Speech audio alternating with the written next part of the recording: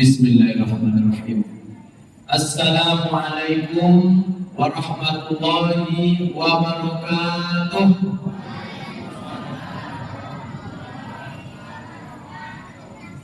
Alhamdulillahilladzi ja'ala jannah ya fatal ibadihi sholihin wa ja'ala fi qulubil mu'minina wahjatan wa syukurullah. Asyhadu an la ilaha illallah wahdahu la syarika lah wa asyhadu anna Muhammadan abduhu wa rasuluhul mab'utsur rahmatan lil alamin.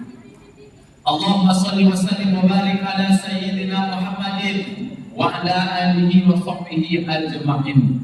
Amma ba'du. Yang kami hormati pengurus masjid atau pengurus pengelola Masjid Paripurna Ar-Rahman beserta jajarannya. Yang kami hormati pengurus atau panitia Ramadan 1447 Hijriah, dan yang kami hormati Bapak Ibu jemaah, tamu-tamu Allah yang insya Allah memakmurkan rumah Allah, yang akan melaksanakan ibadah sampai nanti akhir Ramadan hendaknya. Amin ya rabbal alamin. Puji dan syukur kepada Allah kita ucapkan. Alhamdulillah, malam hari ini sudah malam yang kedua kita berada di bulan Ramadan. Malam kemarin adalah malam yang pertama, sekarang malam yang kedua. Satu hari kita telah melaksanakan ibadah puasa. Alhamdulillah, bersyukur kita kepada Allah. Allah sampaikan doa kita yang kita minta dari bulan Rajab dulu. Allahumma barik lana fi Rajab wa Sya'ban wa ballighna Ramadan. Dulu kita minta 2 bulan yang lalu. Ya Allah, berkahi kami di bulan Rajab, berkahi kami di bulan Sya'ban, sampaikan kami kepada bulan Ramadan. Alhamdulillah, sekarang kita sudah berada di bulan Ramadan. Dan banyak saudaraku, orang yang tak sempat sampai pada bulan Ramadan. 5 hari yang lalu sebelum masuk Ramadan, teman kami sama MDI, sama-sama membalik MDI, hari Jumat sedang imam sholat Jumat rakaat yang kedua, tersungkur, jatuh, innalillahi wa inna ilaihi raji'un. Tak pakai sakit. 2 hari sebelum masuk Ramadan, kawan sama kepala sekolah sedang komputer, buka ketik komputer, tak apa yang dikerjakannya, sakit kepalanya, tidur di bawah kursi atau di bawah meja komputer. Tak sempat lama anaknya sudah mengetahui dia sudah meninggal dunia. Maka Bapak dan Ibu yang dirahmati Allah Subhanahu wa taala, ajal tidak menentukan kita sakit. Ajal tidak menentukan kita tua muda atau sehat, tidak menentukan itu.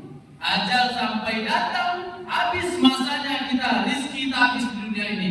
Berangkat kita ketika itu juga. Kapan waktunya? Terserah Allah Subhanahu wa taala. Sedang kapan kita dijemput oleh Allah Subhanahu wa taala. Maka yang sebaik-baiknya perbanyak amalan, maka yang sedang beribadah kita dijemput oleh Allah. Jangan sedang bermaksiat, jangan sedang kita durhaka kepada Allah. Allah jemput kita kepada ketika itu. Maka perbanyak berbuat baik kepada Allah Subhanahu wa taala. Bersyukur kita alhamdulillah termasuk kepada bulan Ramadan. Bersalawat kita kepada Rasulullah Nabi Muhammad sallallahu alaihi wasallam. Allahumma shalli ala sayyidina Muhammad wa ala ali sayyidina Muhammad. Assalamu alayka ya Rasulullah. Saudaraku, kaum muslimin, jemaah salat tarawih dan witir yang dirahmati Allah Subhanahu wa taala.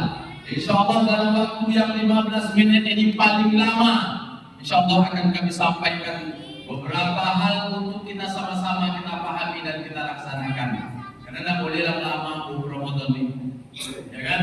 Kalau lama-lama ceramah Ramadan ini, wah dia. Kenapa? Tiap malam besok panjang lagi ini, macam-macam yang datang. Ada macam malaikat Israel, ada macam malaikat Jibril yang datang setiap malam ini. Ustaznya macam-macam tuh. Ada yang pakai senyum, ada yang pakai senyum, ya kan? Maka kalau setiap malam disampaikan 1 jam ceramahnya, insya Allah jemaah akan bertahan sampai akhir Ramadan. Sedang pendek saja ceramahnya, pendek juga jemaahnya. Seminggu setelah itu lebih kurang lagi. Ya kan? Alhamdulillah malam kedua. Di mana-mana masjid, malam tadi kami di Masjid Paripurna harus ditaklumat. Tidak muat masjid sebesar itu. Sehingga apa? Bertambah di terasnya. Kalau hari biasa maghrib itu tidak sampai 1 sab. Isya adalah 1 sab setengah. Subuh setengah sab. Sekarang alhamdulillah tak umat di dalam masjid. Kita mana-mana wajah hendak kenal kita wajah hendak datang di Ramadan. Begitulah berkah Ramadan. Bapak dan Ibu yang dirahmati Allah Subhanahu wa taala. Judul kita malam hari ini adalah Ramadan sebagai momentum untuk mensucikan jiwa. Ramadan sebagai momentum untuk mensucikan jiwa. Bapak dan Ibu yang dirahmati Allah Subhanahu wa taala. Kenapa kita bersihkan jiwa kita Bapak dan Ibu? Karena orang yang bersih, orang yang suci yang bisa Allah terima amal ibadahnya pada bulan Ramadan. Ya, kemudian yang kedua, hanya orang yang suci Allah berikan izin untuk tempatnya di surganya Allah Subhanahu wa taala. Allah katakan di dalam Al-Qur'an surah Al-Fajr, Bismillahirrahmanirrahim. Ya ayyatuhan nafsul mutmainnah irji'i ila rabbiki radiyatan mardiyah fadkhuli fi ibadi wadkhuli jannati. Allah telah sampaikan dalam Al-Qur'an, hai jiwa yang suci dan tenang, ya ayyuhan nafsul mutmainnah. Nafsul mutmainnah, jiwa yang suci dan tenang, kembalilah kepada Tuhanmu dengan hati yang diridhoi dan yang diridhoinya. Fadkhuli fi ibadi, masuklah ke dalam jemaah kepada golongan orang-orang yang diridhoi. Fadkhuli jannati, masuk ke dalam surga Allah Subhanahu wa taala. Siapa yang dipanggil? Orang-orang yang mensucikan jiwanya, orang-orang yang telah mensucikan amal ibadahnya hanya kepada Allah Subhanahu wa taala. Kenapa? Salah satunya dengan Ramadan. Maka Bu, Pak, sebelum Ramadan kemarin kita kan sibuk mensucikan jiwa kita. Jadi jangan ada juga dalam Ramadan ini jiwa yang tidak suci tidak diterima amal ibadah kita. Kita sebelum Ramadan itu silaturahim, betul, berkumpul dengan keluarga, anak cucu yang jauh datang, menantu datang, semua datang berkumpul. Itu bukan tradisi makan bersama, bukan itu maksudnya. Bukan makan sekali setahun sebelum Ramadan, bukan itu maknanya. Tetapi adalah kita saling memaafkan, mensucikan hati. Tidak ada lagi dendam kesumat, tidak ada lagi selisih paham antar kita keluarga. Selesai itu kita lakukan, dilakukan pula di kelompok wirid kita. Kelompok penutupan wirid dibuat pula acara penutupan wirid saling memaafkan. Betul loh? Itu tujuannya apa? Supaya kita masuk Ramadan, amalan kita diterima, supaya tak ada lagi gontok-gontokan, masalah-masalah duniawi kita lepaskan, kita ikhlas beribadah kepada Allah. Yang ada juga masalah di bulan Ramadan ini lagi Bapak dan Ibu. Lewat depan rumah tak enak hati, sampai dalam masjid nampak pula dia. Aturannya dekat-dekat berjemaah tak mau pindah ke saf belakang. Kenapa? Tidak mau saya dekat dia Ustaz. Apa mau dekat dia? Sakit atau Ustaz saya Ustaz. Kenapa? Sudah 10 tahun utang saya untuk bayar Ustaz. Lewat depan rumah saya pura-pura tidak tahu aja Ustaz. Saya minta Ustaz saya pernah kuranginya. Biasa dulu lidahnya Ustaz aku meminjam. Sekarang dia marahin saya. Macam-macam banyak itu. Ada masalah lagi, masalah air hujan jatuh, masalah juga rumahnya jatuh air hujan sampai ke terasnya, masalah tak terus sampah sampai bertahun-tahun, pagar rumah kena tanahnya sedikit sejengkal di mana di bawah mati, masalah sampai nak terus sampah, macam-macam Bapak dan Ibu. Semua masalah itu kita selesaikan. Kita maaf-maafan sebagai masuk Ramadan suci jiwa kita. Insyaallah. Kalau belum selesai itu Bapak dan Ibu yang dirahmati Allah, maka Bapak dan Ibu jangan harap amal ibadah kita akan diterima oleh Allah Subhanahu wa taala karena belum selesai hablum minan nas. Bapak dan Ibu yang dirahmati Allah Subhanahu wa taala, maka dari itu apa yang seharusnya yang kita lakukan supaya jiwa kita ini tenang, supaya jiwa kita ini tentram, tak lagi gelisah, tak lagi terlalu sibuk dengan urusan yang lain. Yang pertama yang perlu kita persiapkan adalah al-istighlal bil uyubil khalqi. Terlalu sibuk mencari aib orang lain. Itu yang tak membuat jiwa kita tenang, Bu. Sibuk mengurus orang, lupa dengan aib kita. Banyak. Ada Ustaz, ada. Orang rajin ke masjid, salah juga. Tak datang ke masjid, salah juga. Pergi ke masjid pakai mukena baru, salah juga. Pakai mukena lama, salah juga. Bapak dan Ibu yang dirahmati Allah Subhanahu wa Ta'ala, orang yang sibuk mencari kesalahan orang lain, sibuk mengurus orang lain, penyakitnya nanti Bapak dan Ibu yang tidak menenteramkan jiwa kita adalah timbul sikap iri dan dengki. Ini lebih bahaya. Timbul sikap iri. Oh, yang banyak berjualan di pasar rumah makan itu orang mana? Orang kita Minang, betul. Betul. Nanti sih mau pulang, nanti akan saya luruskan. Kenapa, Bu? Dia hobi penjualan makanan, rumah makan, ampera, segala macamnya. Itu biasa-biasa saja, Bu. Karena filosofinya memang dari daerah Sumbar sana, tarinya adalah tari piring. Tari piring, Bu. Kemanapun diputar pakai piringnya. Putar ke kiri pakai piring. Kalau nggak perlu, nggak capek dibanting piring jadi injak-injak. Tadinya tadi piring. Bagi kita yang orang Jawa jangan iri pula. Kita orang Jawa tari kita adalah tari jaipong. Tahu dari jaipong? Lain tangan, lain mata. Kalau matanya ke kanan, tangannya ke kanan, matanya ke kiri. Betul? Tengok nanti di YouTube, udah percaya. Nggak pernah lurus. Kalau tangannya ke kiri, matanya ke kanan. Itu tari jaipong. Filosofinya apa? Kita orang Jawa itu suka bekerja, rajin bekerja. Di sini belum selesai, ditengok lagi ada nggak sempat proyek baru untuk saya kerjakan. Sini belum lagi selesai bekerja, tapi dicari tempat yang hobi bekerja. Tahu saya ini. Bagi kita yang orang Medan, tarinya tari tonton.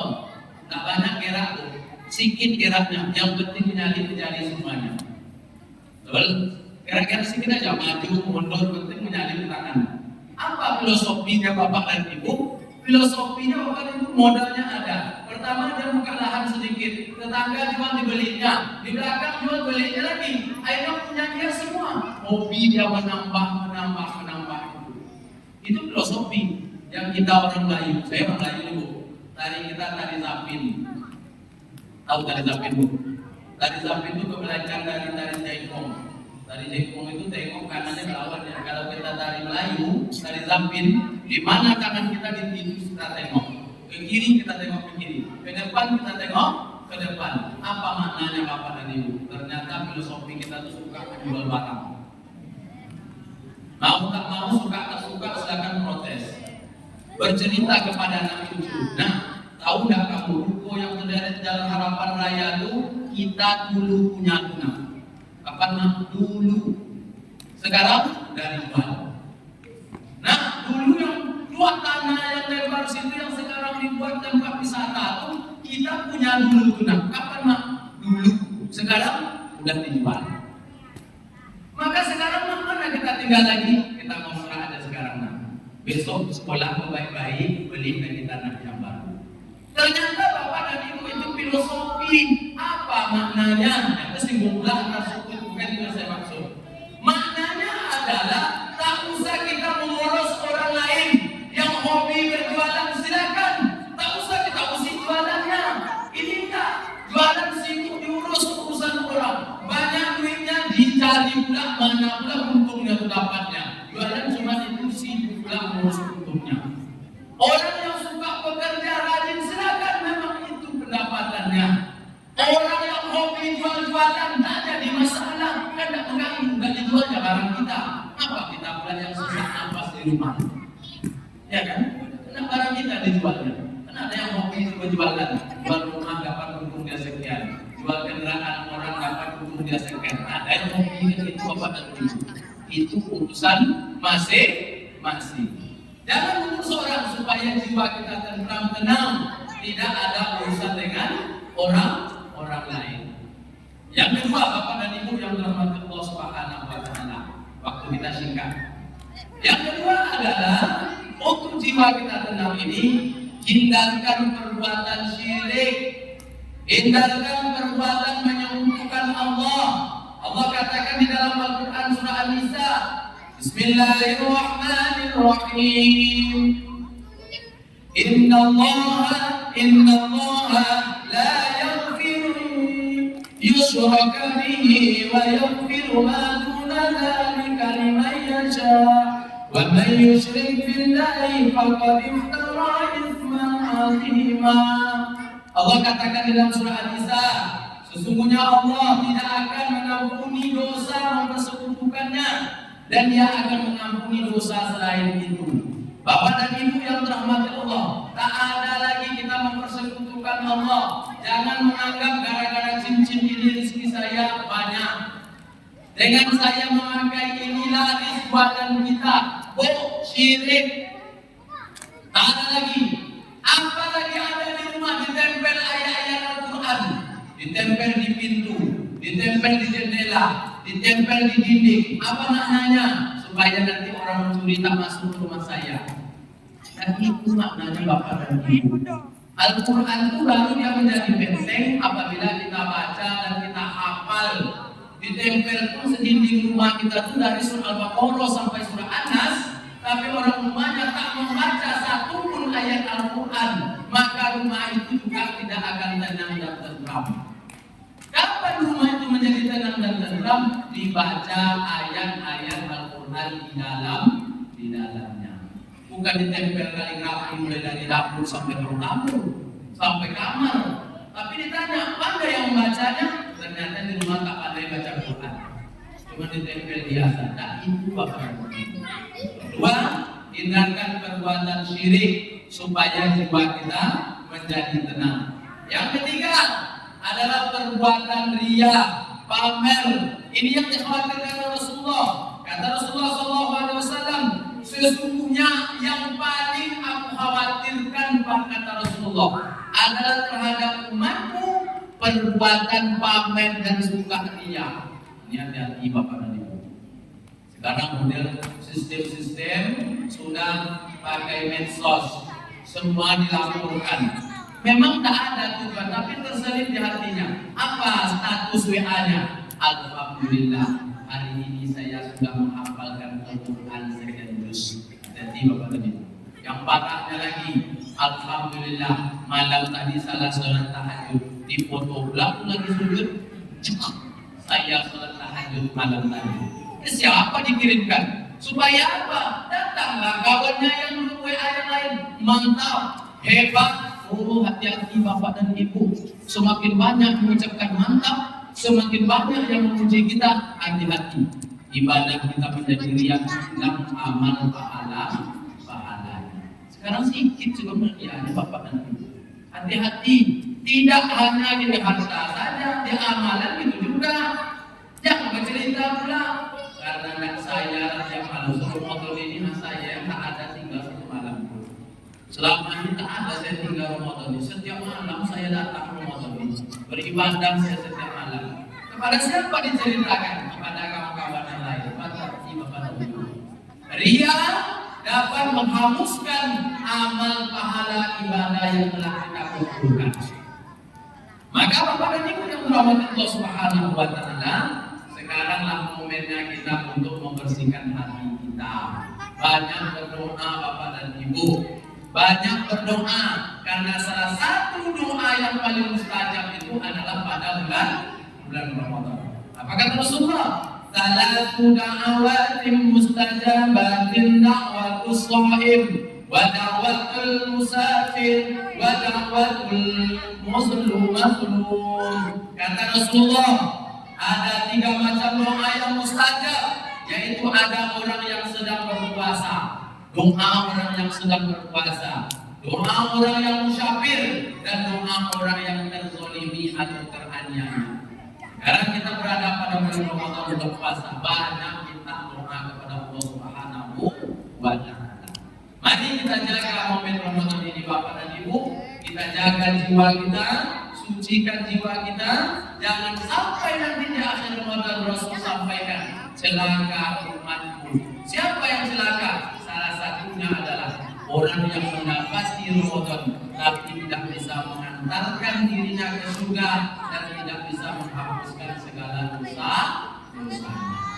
Maka dari itu Bapak dan Ibu yang terhormat Allah Subhanahu wa taala, mari kita lakukan Ramadan ini dengan ikhlas, karena kalau tidak ikhlas tak sampai kita ke ujung Bapak dan Ibu.